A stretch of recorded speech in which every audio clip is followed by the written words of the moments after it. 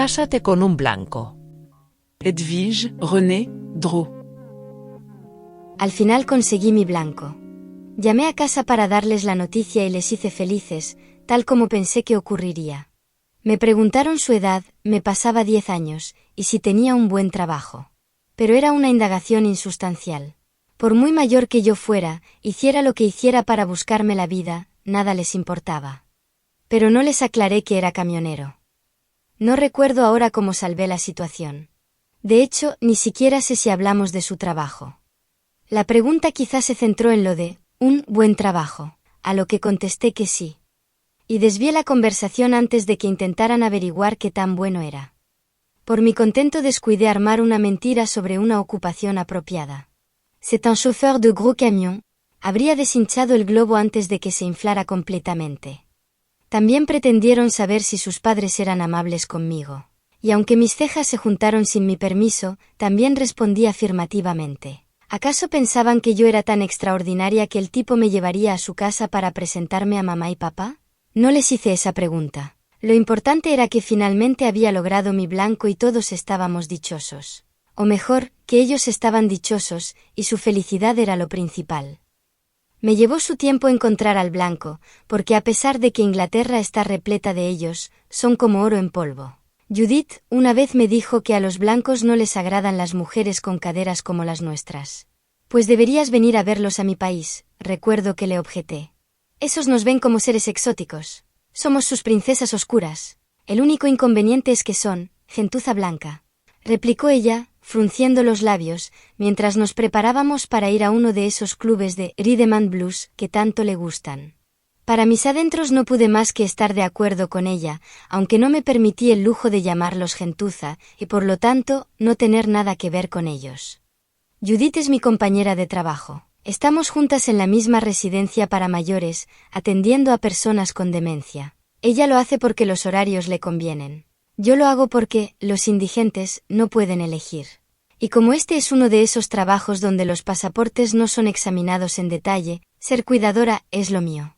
También es la única amiga que tengo en este país y conozco a sus amigos. Cuando me cruzo con ellos en la ciudad, les digo hola, y ellos responden hola, aunque no los definiría como amigos, ni ellos lo harían conmigo. Es difícil hacer amigos en este país, así que ahora, tras una temporada aquí, agradezco a Judith su amistad. Quizá disimulé bien mis ganas de hacer otra clase de amigos, es decir, alguien blanco. Cuando se me arrimó en la cafetería, se presentó y quiso saber si era la chica nueva. ¿Qué te parece el trabajo? ¿Te gusta? ¿Cómo te llamas? ¿De dónde proviene? ¿Cómo lo dices? ¡Guau! ¿Dónde está eso? ¿Te puedo llamar Jen? Si me hubieran dicho en aquel momento que llegaríamos más allá de las obligaciones de simples compañeras de trabajo, y que saldríamos a bailar, o al pub, con otros amigos, me habría echado a reír. Al principio mi error fue darle conversación y preguntarle de dónde era. ¿De aquí?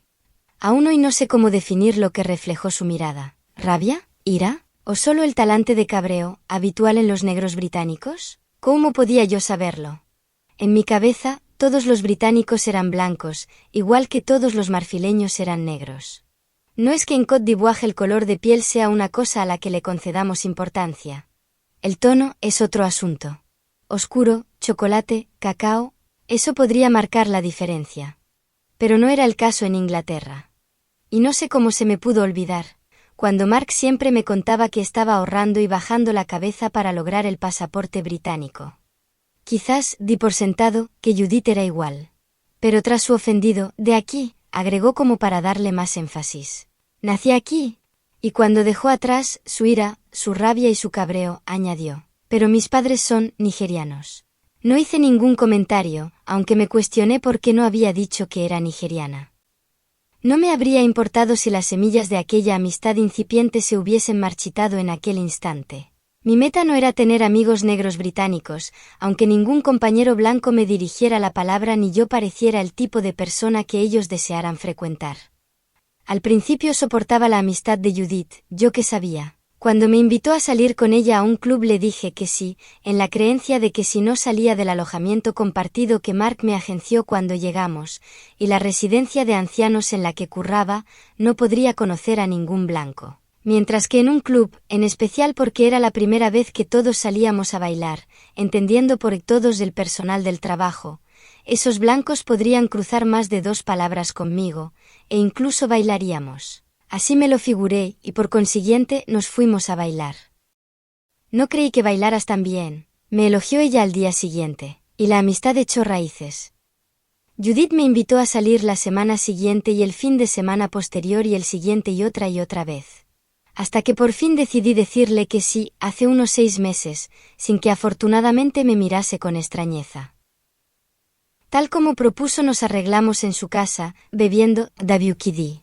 Mientras Asa sonaba en el estéreo, y sus amigas se peleaban ante el espejo para admirar sus estilismos. Siempre iguales, vaqueros, un top y tacones. Qué bueno que vengas con nosotras, comentaron.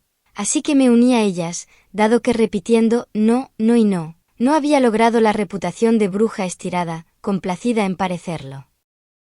Es agradable salir, aunque cada vez que lo hago, en especial con Judith, siento de tal forma la mirada desaprobadora de mi padre, que no logro divertirme. Quizás sería diferente si se pareciera al club al que acudimos en la fiesta de Navidad del trabajo. Judith no quiso ir esa vez. Van a pinchar esa mierda de música blanca toda la noche, protestó. Pero vete tú, dijo. Quizás se percató de cómo me había cambiado la cara. De hecho no me importa esa mierda de música blanca. Con ella puedes moverte a tu manera, algo que es una bendición para los que no sabemos bailar. El rhythm and blues es fenomenal, pero no es una música con la que puedas dejarte llevar. Además, hay excesivas reglas en esos clubes que Judith prefiere. No llegas pronto porque están abiertos hasta tarde. Se dedica excesivo tiempo a esperar la canción apropiada para salir a la pista. Y hay demasiado rhythm and blues.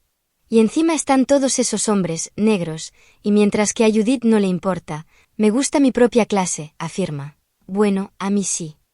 A ella sus padres no le advirtieron, con 17 años, que debería casarse con un blanco. Estoy segura de que mis padres ya no lo recuerdan. Sé que hay muchas conversaciones de las que no se acuerdan, pero yo las guardo todas en mi memoria. Cásate con un blanco. La frase me aporreaba y lo colocaba todo en su sitio. Cásate con un blanco, porque así nos harás felices. Algo tan generoso no surgía de la nada, se cimentaba en algún sitio. Tenía 16 años cuando me quedé embarazada. A pesar de todo lo que me dije sobre suicidarme si me ocurría algo así mientras vivía con mis padres, cuando sucedió, no fui capaz de hacerlo. El suicidio no es para pusilánimes. Y yo tenía mucho miedo de mi padre para acometer algo en caso de que me saliera una chapuza. Como nunca destaqué en nada, para complicar todavía más las cosas, mi novio me dijo que no mencionara su nombre. Faut pas dire mon nom de, c'est pas pour moi. ¿Se puede ocultar un embarazo? Percibía los cuchicheos de la gente o si se callaban cuando yo aparecía. Me habitué a llevar la falda campesina, con mi camiseta blanca bien entremetida, agradeciendo a los cielos que en nuestra escuela se empleara tal uniforme de mierda. Al contrario de otras escuelas en las que las chicas llevaban falda de tubo. No, la nuestra era una escuela excelente y como tal, no se permitían ornamentos. Precisamente, como los adornos no estaban autorizados, yo sabía que era cuestión de tiempo que se hiciera evidente. Mi camiseta bien metida solo obtenía miradas compasivas y un escrutinio particular de las intendentas, que por las mañanas se apostaban en la entrada para constatar que seguíamos estrictamente el código sobre el uniforme escolar, y que detenían la vista en mi tripa más de la cuenta. Siempre pensé que el embarazo era cosa de mujeres, así que cuando Raymond me envió un mensaje para encontrarnos en la estación de taxis compartidos, los Boro Boro de Nefkilo, no imaginé que pretendiera hacer hincapié en que no lo nombrara. Yo también tenía claro que el bebé no era cosa suya. Et puis, faut enlever mon numéro, de ton téléphone. Puntualizó, antes de pedirme el móvil y eliminar todos nuestros mensajes y hasta su propio número. Porque no era suficiente decir, no digas mi nombre, el bebé no es mío. Debía asegurarse de borrar todas las evidencias. Me habría gustado tener el valor de aclararle que no había tenido intención, desde el comienzo, de mencionar su nombre. ¿Acaso me creía tan estúpida? Pero le dejé hacer y cuando concluyó de borrar todo, paró un Boro Boro y sin despedirse, se introdujo en él. Caminé hacia Palmegué, y cuando llegué a casa, me había convertido en una sopa. Solo estaba por allí la doncella. Al llegar a mi habitación, me tumbé en la cama sin conectar el aire acondicionado, para cuando se supiera lo del embarazo, no me echaran en cara que había pensado en suicidarme con un catarro. Mis padres siempre me repetían que era estúpida, que no lograría nada en la vida. La frase favorita de papá era: hubiese preferido ser estéril a tener una niña como tú, o a cualquiera como tú, un animal es mejor. Al contrario que yo, los animales al menos reconocían a los de su clase. No sonreían al hijo bastardo de la doncella, o Dios no lo permita, jugaban con él. Ni se preguntaban cómo se sabía que ese niño era un bastardo. O pensaban que, aunque lo fuera, eso carecía de importancia. Después de todo, nadie alimentaba al niño salvo sus propios padres. Además, los animales sabían que no estaba bien invitar a amigos a casa. ¿Por qué quieren ser amigos tuyos?, se sorprendió mi madre, con los labios fruncidos de disgusto, y su cara atónita, después de que mi padre obligara a regresar a su casa a un desafortunado amigo. Solo sucedió una vez, cuando tenía 8 años y no había llegado todavía a Avillán. Las cosas debían ocurrir una vez para que yo pudiera averiguar lo que agradaba o desagradaba a mis padres. Incluso siendo estúpida, sabía algunas cosas. A nadie le apetece que lo insulten, y yo no iba a ser la excepción a la regla. Me pregunté cuántas pastillas debería ingerir. O qué pasaría si me zambullía en uno de los muchos pantanos que abundan alrededor de Palmegué. O en medio del tráfico. Al final recé para que lo que tuviera que suceder, sucediera. Y lo que tenía que suceder sucedió cuando me apalearon, me patearon y me rociaron con pimienta, con la que también untaron mi vagina, unas 2 semanas después de mi plegaria. No mencioné el nombre de Raymond entonces ni nunca. No tuvo nada que ver con lo que me dijo en Nefkilo aquel día, pero sí tuvo que ver todo con que yo me protegiera a mí misma. Su nombre no habría amortiguado los golpes, los habría acentuado y vuelto más furiosos y bestiales, porque el interrogatorio no habría concluido ahí. ¿De qué vive? ¿A qué se dedican sus padres? Un estudiante con su diploma de bachillerato, un padre director de una empresa y una madre farmacéutica no habrían impresionado a mis padres, que habrían sentenciado que Raymond era un vanipié, un don nadie. Porque, en lo que les concernía, todo el mundo estaba por debajo de ellos. Todos, excepto los blancos, incluidos los libaneses. Con frecuencia me preguntaba, si mi padre no fuera el jefe de policía del elegante distrito número 30, ¿esos libaneses mantendrían una apariencia de amistad con él, sustentada en la esperanza de que les permitiera ciertas cosas? ¿Sabía mi padre, en lo más profundo de su ser, que se trataba de una amistad aparente? Nunca hice tales preguntas. Y ni siquiera la adquisición del blanco me armará con ese arrojo. Mi sola presencia altera a mis padres, así que abrir mi boca para exponer temas susceptibles de tocar cuerdas delicadas no es algo a lo que vaya a aventurarme. La cólera de mi padre aflojó, al menos por un momento, cuando se presentó en casa el señor Chacbon, francés, y profesor mío de matemáticas, con el color de la piel a juego con su nombre. Vi que supusieron que se trataba de quien me había preñado. Y dudé si con su amabilidad hacia mí y hacia el señor Chacbon pretendían transmitir la ilusión de que eran padres civilizados, o si pensaban, bueno, si es este hombre, no importa tanto. Pero el señor Chacbon no era el padre. Él solo vino a casa para interesarse por una de sus estudiantes, ya que fue testigo de cómo mi padre me arrastraba fuera de la clase, propinándome patadas y golpeándome mientras me sacaba de la escuela. El señor Chacbon lo contempló todo, con los ojos a punto de salírseles de las órbitas. Fue tal la violencia, que incluso los profesores que al conocerlo de mi estado pronunciaron frases como, ¿por qué esas chicas no se centrarán en los estudios?, se preguntaron al vernos pasar por delante de la dirección, ¿il n'a pas son arme, no? Yo deseaba que mi padre estuviera armado, pero no llevaba su arma, ni estaba en el coche en el que mi madre nos esperaba, sentada estoicamente delante. Habitualmente en sus explosiones de ira papá amenazaba con matarme de un tiro, pero ese preciso día no llevaba su pistola encima. No precisaron de mucho tiempo para darse cuenta de que el señor Chacbon no era él. No obstante, aquella tarde mi madre me preguntó, con un tono que pretendía ser el de nosotras las chicas juntas, si el señor Chacbon era el padre de la criatura. ¿Me lo puedes decir, se quedará entre nosotras? Quise sonreír, pero sabía lo falso que era se quedará entre nosotras. Y mantuve mi cara inexpresiva, por si me notara algún rictus y decidiera informar a mi padre, agregando sus propios aderezos a la historia, de manera que él resolviera acabar conmigo en aquel mismo instante. Soy tu madre. Podrías haber dicho algo antes de llegar hasta aquí. Me senté en mi cama, con los pies firmemente plantados en el suelo, mi espalda tan tiesa como podía, mis manos extendidas ante mí y los ojos clavados en el suelo hasta que ella se fue, por fin, con un suspiro, al convencerse de que no me sacaría nada. Mi resolución de silencio continuó en pie cuando, 2 meses después de la paliza, sentí un dolor de estómago tan agudo que no hubo paracetamol que me aliviara. Duró toda la noche y no quise tocar en la puerta de mis padres o en la de mi hermana, porque habría dado igual. Intenté estar tumbada e inmóvil, lo cual calmaba el dolor por un momento antes de que regresara de veras. Cogí la almohada con mi boca y me refugié en mi baño privado para que mis padres no escucharan mis gritos. Permanecí recluida allí para aminorar los movimientos en el dormitorio, pero dejé la puerta abierta para oírles si me llamaban mientras rezaban, deseando que no lo hicieran ni se personaran en mi habitación. Al amanecer tuve que ir al baño, pero en lugar de defecar se me desprendió un cuajarón de sangre. Había necesitado compresas desde una semana después de la paliza, pero esta vez el coágulo era enorme. Fue tan grande el alivio inmediato que noté cuando el dolor, como por ensalmo, se desvaneció, que tiré de la cadena sin ni siquiera mirar atrás. Fue más tarde, al llegar a Inglaterra, cuando caí en la cuenta de que aquellas cosas en mis compresas no eran coágulos, sino pedazos de mi bebé. De hecho, me asombraba de tal manera el nuevo desarrollo de mis reglas, que cogía lo que creía simples cuajarones, y los deshacía entre mis dedos, antes de envolverlos en papel higiénico y arrojarlos al inodoro. Y fue pues en Inglaterra, donde también supe que aquello que yo hacía desaparecer en el baño, era mi hijo. A veces pienso si ese niño seguía vivo, y por lo tanto, era consciente de que me deshacía de él en el retrete.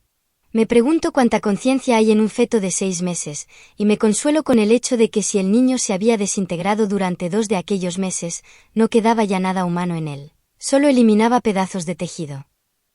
Fue en la revisión prenatal cuando mis padres se dieron cuenta de que ya no estaba embarazada, y mi madre preguntó por qué no le había informado de que yo había sufrido un aborto.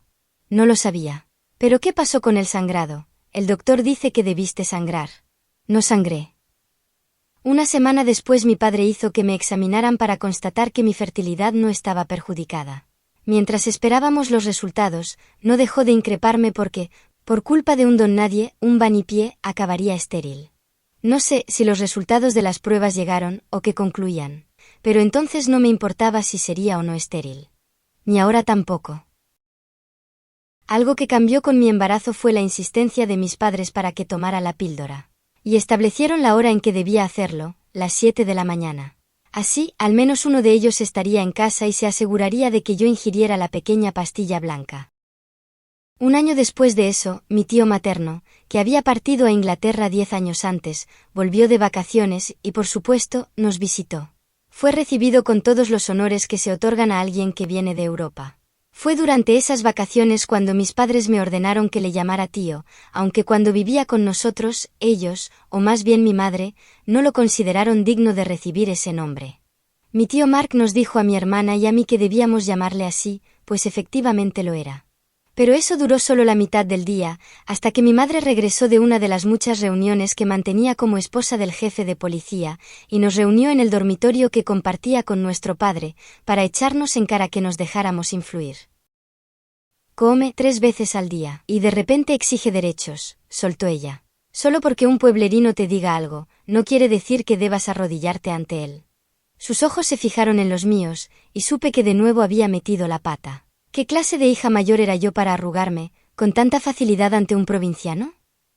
Sin embargo, parece que Mark se las arregló para deshacerse durante las vacaciones del pueblerino que habitaba en él, o así lo consideraron mis padres, y llegó a merecer el título de tío. Entonces se produjo, además, la conversación entre Mark y mis padres y posteriormente entre Mark y yo, en la que él intentó averiguar por qué no iba a la escuela. Tus padres, me contaron, que querías dejar el colegio. Pero tanto tú como yo, los conocemos. Me quedé embarazada, así que decidieron quitarme, le informé. Aunque no confesé esto a mis padres cuando me advirtieron que no aireara la verdadera razón por la que no seguía en el colegio. No era tan osada, sobre todo cuando Mark me explicó que mis padres quisieron informarse sobre la forma de enviarme a Inglaterra. No me importa ayudarte a salir, porque fuiste amable conmigo cuando vivía con ustedes, pero Inglaterra es dura. Dura o no, las palabras de Mark me dieron esperanza. Durante un año hice todo lo que mis padres me dijeron, explícita e implícitamente, que hiciera. Incluso iba un paso por delante de ellos. No hice amigos, ni siquiera conocidos. Nunca concedía a nadie la oportunidad de llamarme, incluso a mis colegas en el salón de peluquería. Porque la gente es como es y hace lo que quiere. Mientras esperaba a mi madre que me recogiera al final de mi turno, apagaba el móvil y me quedaba aparte, sin entablar conversaciones o respondiendo únicamente a lo que se me había preguntado específicamente. Cuando mi madre aparecía, me veía siempre sola y separada del resto. ¿Pero por qué siempre estás sola? ¿Tus colegas no te dirigen la palabra? Sí, lo hacen. Ah, entonces, ¿por qué estás siempre sola? Por nada. Por desgracia, el día que provocó el requerimiento, cásate con un blanco, el novio de una de mis colegas no respetó mi compostura de reserva y decidió entablar conversación conmigo mientras esperaba a mi madre. Ella me encontró con él, cuando se presentó. Yo mantuve la boca cerrada cuando me introduje en el coche, para que no pensara que protestaba todo el tiempo. Aguardé a que llegáramos a casa, el humor de mi padre decidiría mi destino. Esa tarde, cuando mi padre me llamó al porche, supe que el asunto tenía que ver con ese hombre. Sin embargo, en vez del recibimiento a base de insultos, bofetones y golpes que esperaba, me pidió que me sentara y me interrogó sobre quién era el hombre con el que charlaba cuando mi madre llegó a recogerme. Un amigo, de una de mis compañeras de trabajo. ¿Cómo se llama? No sé. ¿Con qué frecuencia viene al salón? Quizás un par de veces a la semana. No sé. Dándose cuenta tal vez de que yo no mentía, mi padre concluyó el interrogatorio y me dijo que me olvidara de todos esos vanipié. Pero si no hice nada, rezongué para mis adentros. Cásate con un blanco, me ordenó mi padre. Me habría casado con una blanca, si viniera de una buena familia. También yo me habría casado con un blanco, declaró mi madre, y entendí que si ella también procediera de una buena familia, queriendo decir rica, se habría desposado con un blanco. Concurría, sin embargo, una penosa circunstancia. La vida no les había sonreído, como a mí, así que aquello que no lograron por causa de sus coyunturas, tenía que alcanzarlo yo. La verdad es que no éramos ricos, aunque mis padres aseguraran que sí. Ni siquiera habitábamos en la Riviera Buena. Los ricos de Avillán no se instalan en la Riviera Palmegué. En de Plató, tal vez. O mejor incluso, Cocodile-Sambassade o Cocodí-Daga. Pero indubitablemente no en Palmegué. No compartí esta reflexión con mis padres. Simplemente agradecí que no me golpearan, y por eso llegué a Inglaterra unos 2 años después, en pos de ese blanco que yo sabía que haría felices a mis padres, más allá que cualquier otra cosa que yo pudiera lograr. Sin embargo, como dice Judith, a los blancos no les gustan las mujeres con caderas como las nuestras. Y aunque soy lo que en Costa de Marfil se conoce como tail fin, Inglaterra es Inglaterra y con mis caderas y mi trasero, no parezco tan delgada como me gustaría creer. Como Mark me explicó el día que me recogió en el aeropuerto de Heathrow, aquí a nadie le importa que tu padre sea jefe de policía. Nos miran como si en nuestros países no comiéramos. Somos peores que vanipié, concluyó. Solo hablé a mis padres sobre el blanco porque había dado con el camino para salir de mi posición. Sería una maravilla convertirte en legal y además, sueño entre los sueños, obtener un pasaporte británico, pero tras 2 años en este país, alojada en una habitación con permanente olor a humedad, y con un trabajo matador día tras día, estoy preparada para regresar a casa. No a casa de mis padres, sino a mi propio hogar. Podría arreglarme con un piso de una habitación mientras monto mi negocio. Antes no veía luz al final del túnel y lo cierto es que desnudar mi corazón ante mi madre nunca produjo los resultados que yo esperaba. ¿Por qué? ¿A quién le prometiste volver? ¿Y regresar para hacer qué? Porque estoy harta de que mi vida no conduzca a ninguna parte. ¿He tenido que prometer a alguien que volvería, para retornar a mi propio país? ¿Tener mi propio salón? O al menos hacer todos esos serum, y esas pócimas para el cabello rizado y natural que fascinan a las naapis avillanesas. Cada vez que entro en Facebook me pregunto qué hago cambiando la cama de un enfermo, cuando podría estar mezclando manteca de cacao con aceite de zanahoria. Fantaseo con irme, y en las pausas entre alimentar y limpiar a un paciente, sueño con las vans privé que montaría en los cafés chic por todo el centro de Avillán. Nunca conté estas cosas a mi madre. En vez de eso, repliqué. Solo me salió así. Sin embargo, ahora tengo a este blanco, y el mes pasado di con un alijo en su armario. Una pila de billetes. Cada vez que voy a su casa, me aseguro de que siguen allí, e incluso me las arreglé para contarlos cuando una vez bajó a la tienda a por cigarros. 3.000, contabilicé, antes de volverme paranoica con la idea de que podría haber una cámara oculta espiándome, y detenerme. Pero parece que nada había que temer. Regresó, subió las escaleras y su humor no había cambiado. Además, he estado en su casa otras 2 veces desde el día del recuento y los billetes no se han esfumado. Así que hablé con mis padres sobre él, y según colgué reservé un vuelo con Royal Air Maroc. Un billete de solo ida a Abiyán, para dentro de 2 días. Mamá y papá no van a seguir viviendo mi vida. Esta noche regreso a la Casa del Blanco, y esta vez no voy solamente a contar los billetes.